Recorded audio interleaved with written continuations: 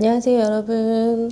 오타베에서 한 번 더 촬영을 하게 됐네요. 1년 동안 무인으로 가차샵을 운영해 보니 이런 장단점이 있더라 라는 점을 좀 같이 나누고 싶어서 이렇게 영상을 찍게 됐습니다. 그래서 제가 이 영상을 찍기 전에 무인 가차샵이랑 관련된 유튜브도 많이 찾아봤거든요. 가차샵을 차리려고 하시는 분들이 보면 소품샵과 뭐가 다르냐면, 소품샵은 그 진짜 소품을 좋아하거나 좀 니즈가 있는 분들이 차리신다고 하면, 가차샵은 한 절반 정도는 진짜 가차를 좋아하시고 그런 일본도 자주 왔다 갔다 하시고 이런 분들이 차리시는데, 또 한 절반 정도는 마치 예전에 그런 무인 아이스크림 가게나 그런 맥락으로 무인 가차샵을 생각하시는 것 같아요. 오늘 말씀드리는 내용은 그 1인 사업자가 프랜차이즈를 하지 않고 소형 평수로 가차샵을 한 후기입니다. 요거를 좀 염두를 해두시고 들으시면 좋을 것 같아요. 나는 가차가 뭔지 잘 모른다. 근데 가차가 요즘 유행이라고 하더라. 카더라로만 들었던 분들은 오늘 제 영상이 좀 도움이 되셨으면 좋겠다. 이렇게 생각을 하고 있습니다. 도움이 되겠죠? 여기 매장을 구했을 때는 여기 한 8평 정도 했었거든요. 근데 8평 안에 작은 창고 같은 공간이 있어서 실질적으로는 한 7평 정도 되는 공간이었어요. 완전 이렇게 네모 반듯한 직사각형이 아니고 약간 각이 진 사다리꼴 모형의 창도 나 있었거든요. 이것도 좀 해보니까 중요한 것 같아요. 구조가 어떤가? 딱 반듯한 정사각형인지 아니면 직사각형인지, 이렇게 저처럼 이렇게 사다리꼴인지 좀 세모인지 안에 기둥이 있는지 없는지, 이게 좀 중요하더라고요. 왜냐하면 같은 공간 안에 기계를 얼마나 효율적으로 많이 넣느냐에 따라서 기계 한 대당 으로 우리는 이제 돈이 들어오는 거잖아요. 그렇다 보니까 정말 생뚱맞게 이렇게 민자 공간이 아니고 중간중간에 계속 기둥이 있다든지 아니면 이렇게 너무 이렇게 다각화가 돼 있다든지 하면은 이 기계를 넣기가 좀 힘들겠죠. 창고가 원래 있거나 아니면 창고까지 생각한 평수를 알아보시는 게 좋을 것 같아요. 이제 저희는 매장이 지금 여러 개이기 때문에 소품샵이랑 같이 하고 있었기 때문에 이제 이걸 짐을 둘 공간이 있었어요. 원래 그거 같은 경우도 한 2주 한 3주에 한 번씩 박스가 한 10박스씩 들어오거든요. 못해도 한 4박스 이상 들어오는데 그 안에 캡슐의 부피가 상당히 큽니다, 여러분. 그래서 내가 다 가지고 있다가 이제 그 캡슐 통, 가차통에 비면 넣어야 되는 그런 구조잖아요. 창고까지 생각하신다면 제 생각에는 한 12평에서 한 15평 정도 공간을 얻으신 다음에 일정 부분을 창고로 이렇게 기획을 하시고 나머지를 가차 기계로 채우시는 게 가장 좋은 것 같다. 생각만큼 그렇게 회전이 빠르지 않습니다.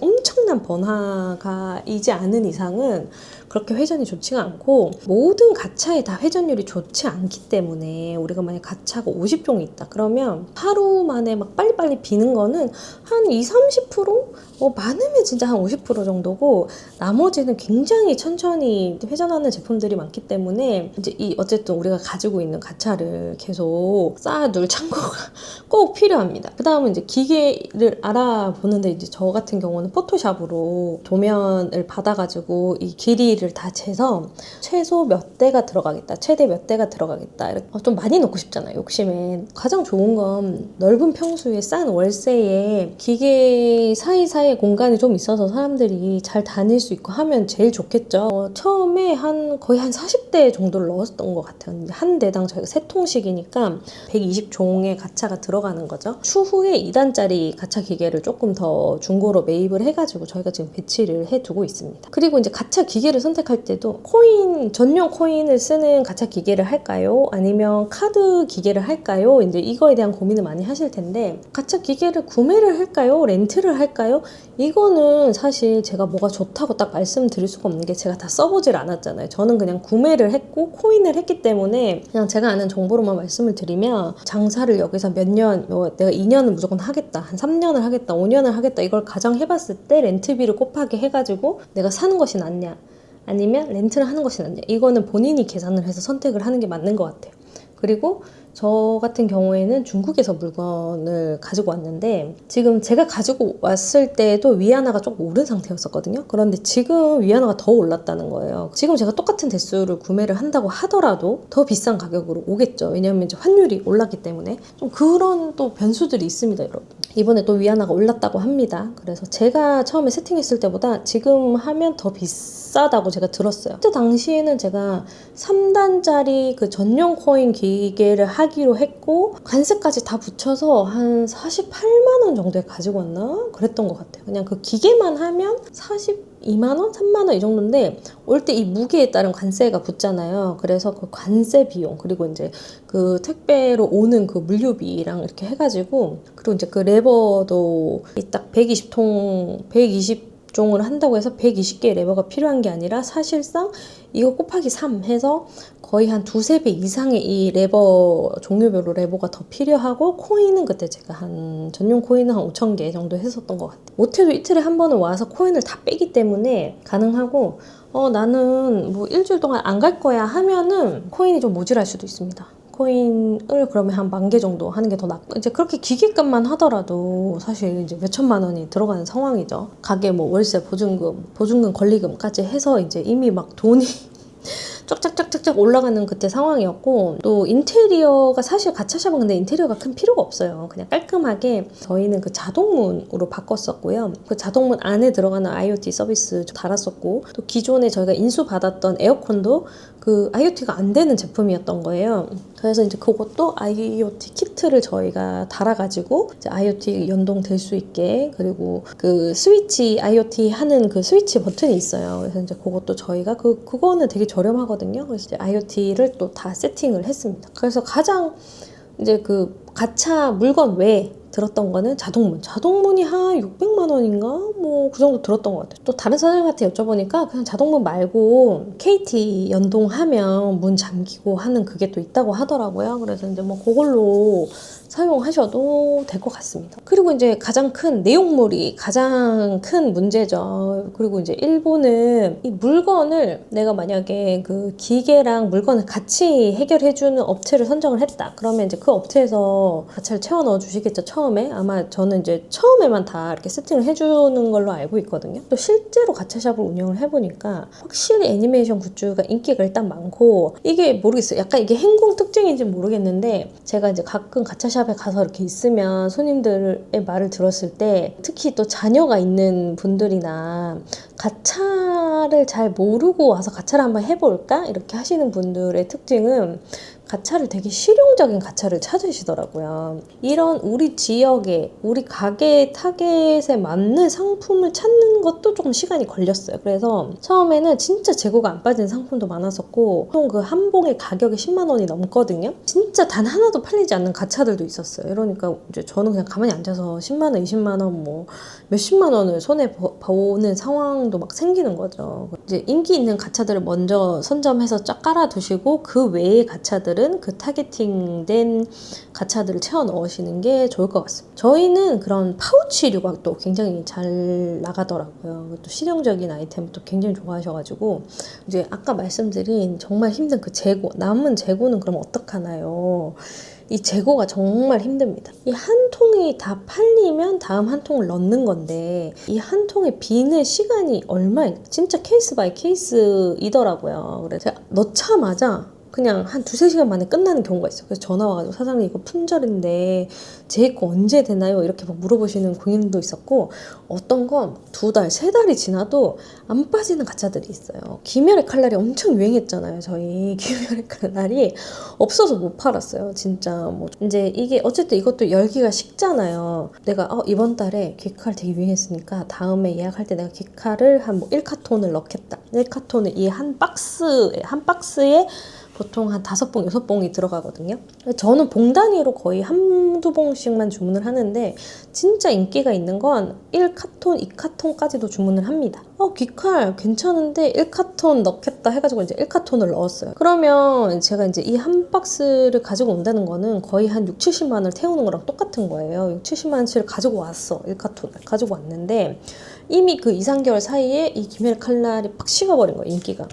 그 전에는 없어서 못 팔던 이 귀칼이 지금은 박스의 물량을 다 가지고 있어야 되는 이 또 재고 부담을 져야 되는 상황이 오게 되는 거죠. 그리고 이제 그 일본 가차들도 재발매 상품들이 굉장히 많아가지고 재발매 되는 상품은 계속 재발매가 되거든요. 그래서 제가 처음에 한 봉 시켰다가 너무 잘 팔리는 거야. 그래서 또 재발매가 떴길래 잘 나가겠지 해서 2봉을 시켰어. 안 나가요. 또 배웠죠. 제 판매는 어쨌든 한 번 구매할 사람들은 거의 다 한 번 다 구매를 했기 때문에 재발매하는 상품은 너무 욕심 부리지 말자 이렇게 생각했습니다. 이제 전용 토큰 통을 탁 빼보면 알잖아요. 이게 몇 개가 팔렸는지. 근데 진짜 탁 했는데 너무 가벼워. 한 3주, 4주, 한 달을 지났는데 진짜 하나도 안 팔리는 상품들이 있어요. 그거는 과감하게 빼서 저희가 가격을 확 낮춰서 어쨌든 뭐 비싸다고 좋은 가차가 아니고 싸다고 나쁜 가차는 아니잖아요. 그래서 그냥 그거는 저희가 일괄 다 3,000원짜리 가차통에 다 넣고 있고요. 저희 이제 소품샵이 있잖아요. 소품샵을 또 저희는 적극 활용합니다. 그래서 좀 퀄리티가 안 좋네 하는 가차도 실제로 받아봤을 때 퀄리티가 너무 안 좋아서 안 나가는 상품들도 있거든요. 이런 거는 그냥 판매를 과감하게 포기하고, 그러니까 리뷰 이벤트를 한다거나 했을 때 이제 선물용으로 뭐 드리는 경우도 있었고요. 그런 가차들을 계속 모아놨다가 그게 어느 정도 양이 좀 커지게 되면 그거를 종류별로 여러 가지 종류로 한 5, 6개짜리 이렇게 랜덤 가차팩을 저희가 만들어가지고 선물용으로 이렇게 따지면 저희는 사실 굉장히 손해거든요. 그거 6개가 들어간다고 하면 10,000원짜리 했을 때 한 1,600원 꼴, 1,700원 꼴 이렇게 되잖아요. 근데 가차 하나에 1,500원, 1,600원? 이거 진짜 말도 안 되는 가격이거든요. 하지만 재고를 가지고 있으면 이건 그냥 나한테 쓰레기밖에 안 되는 거예요. 그냥 통에 뭐 1년을 넣어놓으면 언젠가는 1개, 2개가 나갈 수 있겠죠. 그런데 이 통에 현금이 돌지 않잖아요. 이 통이 계속 돌아야 되는 돈의 흐름을 제가 딱 막는 거죠. 이 10만 원 손해 안 보려고 하다가 그 달에 100만 원, 200만 원 손해를 볼 수도 있는 거죠. 그렇게 생각을 하셔야 돼요. 근데 이제 이런 가차가 이거 하나가 아니라는 거죠. 120통 기준으로 봤을 때 저희도 진짜 악성 재고들이 한 10% 이상 되는 것 같아요.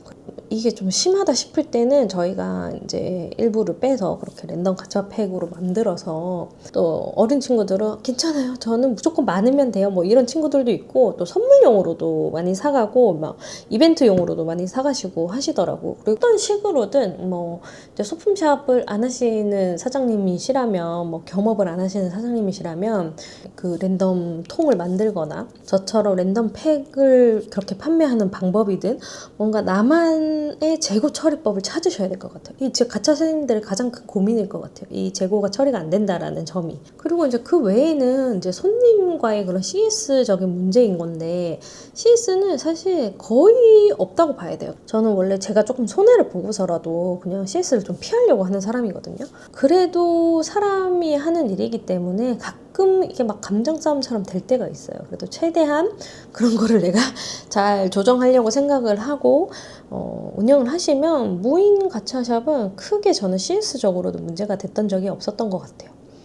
또 가장 중요한 매출에 관한 부분을 얘기를 해보자면, 소품샵과 가차샵이 같은 지역에 있고 같은 거의 비슷한 평수에 거의 비슷한 월세거든요. 조금의 차이는 있지만 양쪽이 다 비슷해요. 매출이 한 50만 원, 60만 원 덜 나오고 더 나오고 뭐 이렇게 할 때는 있지만, 그러니까 뭐가 다르냐면 마진율이 달라요. 이 두 가게의 마진율이 달라서 소품샵의 마진율이 조금 더 높습니다. 가차샵은 마진율이 조금 더 낮은 편이고요. 여기는 저희가 인건비가 나가잖아요. 여기는 인건비가 안 나가고, 그래서 이제 그런 거를 제했을 때는 사실 비슷하다.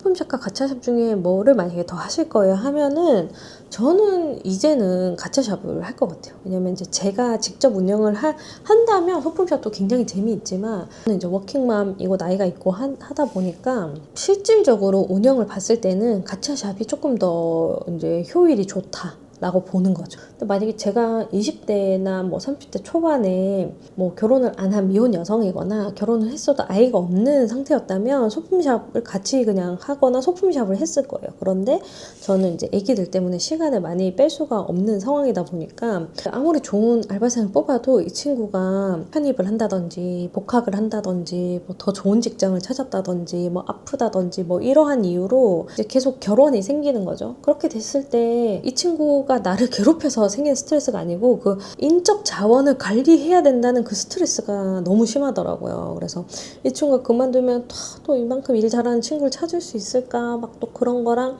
그 채용 공고 올리는 것도 저희 점주들 다 돈을 주고 올리는 거거든요. 뭐 다 그냥 무료로 올라가는 데가 잘 없어요. 왜냐면 이제 또 빠른 시간 안에 빨리 뽑아야 되니까. 이제 뽑았는데 이렇게 인수인계를 하는 과정, 그리고 이제 이 친구가 다 해서 우리가 딱 안정기가 됐는데 또 그만둔대. 그럼 이제 또 이 과정을 반복해야 되는 것들이 좀 너무 스트레스를 많이 받게 되더라. 만약에 우리 소품샵이 1층이었다면, 우리 소품샵이 조금 더 넓었다면, 그러면 이제 매출이 뭐 2배, 3배 더 나올 수도 있겠죠. 그러면 가짜샵 안 하지, 소품샵 하지. 약간 이제 좀 유동적일 수 있을 것 같아요. 그래서 내가 가차를 좋아하고 한다면 정말 재밌게 할 수 있는 업종인 것 같고요. 초기 자본이 좀 들어가긴 들어간다. 이거는 꼭 하면 좋겠어요 라는 게 있다면, 가차샵에 그런 안내문 같은 걸 붙이는 걸 저 처음에 되게 싫어했었거든요. 정돈되지 않은 느낌인 거예요. 막 벽보 같은 거 막 붙이고 안내문을 많이 붙이고 하는 게, 이거를 내가 말을 안 하면 손님들이 진짜 모르더라고요. 손님들이 다 알아서 해줄 거라는 생각을 버리시면 좋겠어요. 오토큰이라면 저희가 3개, 2개 들어가야지 레버가 돌아가는 시스템인데, 거의 모든 가차들이 거의 이런 식일 거예요. 한쪽이 3이 적혀있고 한쪽이 2가 적혀있는데 이걸 그럼 뭐라고 생각하신 걸까? 저는 그냥 처음에 그렇게 생각했거든요. 당연히 숫자가 다르면 2개를 같이 넣어야 된다고 생각하지 않을까라고 생각을 하지만, 이건 그냥 나만의 생각. 손님은 당연히 그냥 내가 넣고 싶은 쪽에 넣는 거예요. 이제 그런 안내문을 다 적어놨어요. 그 토큰을 교환하는 그 기계 위에다가 레버의 양쪽에 다 넣어야지 돌아갑니다. 그리고 이제 레버에다가 2, 3 적혀있으면 가운데 제가 5라고 적어놨어요. 그러고 나서는 이제 그거에 대해서 문의를 하시는 분들이 없어졌어요. 쓰레기 같은 것도 이제 저희가 작년 여름에 운영을 하다 보니까 그 커피컵을 너무 많이 버리고 가셨거든요. 커피컵이랑 아이스크림 컵을 진짜 많이 버리고 가셨거든요. 그거를 제가 치우는데 막 제가 적어놨어요. 외부 쓰레기를 버리지 마세요. 아이스크림이랑 음료수를 버리면 벌레가 너무 많이 생깁니다. 그리고 CCTV로 다 확인하고 있습니다. 이렇게 적어놓으니까 진짜 거의 없어졌어요. 뭐 물론 그래도 외부 쓰레기를 버리시는 분들이 계시지만, 그 전보다는 저희 그리고 자동문 앞에도 적어놨거든요. 음식물 반입 금지 이렇게 적어놨어요. 들고 들어오시는 손님이 또 들어와요. 하지만 이제 그런 문구를 하나 적어 놓음으로 인해서 내가 들고 들어와도 약간 미안한 마음에 버리고 가진 않으신다. 좀 약간 좀 그런 것들이 있더라고요. 그래서 저는 지금 막 시간이 너무 없고 좀 이런 거를 좀 세심하게 챙기지 못해서 그냥 A4 용지로 착착 붙였는데, 또 이런 걸 잘하시는 사장님들은 이걸 이렇게 또 업체를 써가지고 이쁘게 스티커화해서 이렇게 톤 앤 매너로 맞춰서 이렇게 하신 사장님들도 계시더라고요. 그래서 이제 저는 지금 또 그 다음 욕심이 있다면, 조금 가차샵을 조금 더 크게 하고 싶다. 창고가 있는 매장으로 가고 싶다. 이런 생각이 지금 있어요. 그런데 이제 좀 한번 이전하는 것도 굉장한 비용과 일이 너무 많기 때문에 저희가 이전을 할 수 있을지 없을지는 모르겠지만, 어쨌든 지금 있는 매장에서 또 충분히 노력을 하고 열심히 하고 해서, 또 내년 이맘때쯤, 내년 여름에는 또 2년차 후기를 가지고 올 수 있도록 그렇게 열심히 하겠습니다. 그리고 이제 저는 소품샵도 해봤고 가차샵도 해봤잖아요. 둘 다 재미있는데, 이렇게 좀 또 여러 가지 사업을 약간 조금씩 결이 다르지만 여러 가지를 좀 도전을 해보다 보면 좀 더 나한테 맞는 걸 찾을 수 있게 되는 것 같아요. 여러분 뭐 그렇게 어렵지 않아요. 또 하다 보면 다 길이 열리고 다 할 수 있습니다, 여러분. 다들 비 피해 없으시길 바라고, 또 올 여름 아주 덥다, 장마가 끝나면 덥다고 하는데 더위도 조심하시고 모두 대박 나시길 바라겠습니다. 그리고 꼭 구독과 좋아요 꼭 눌러주시고, 저희는 또 다음에 좋은 컨텐츠로 다시 찾아오도록 하겠습니다. 안녕.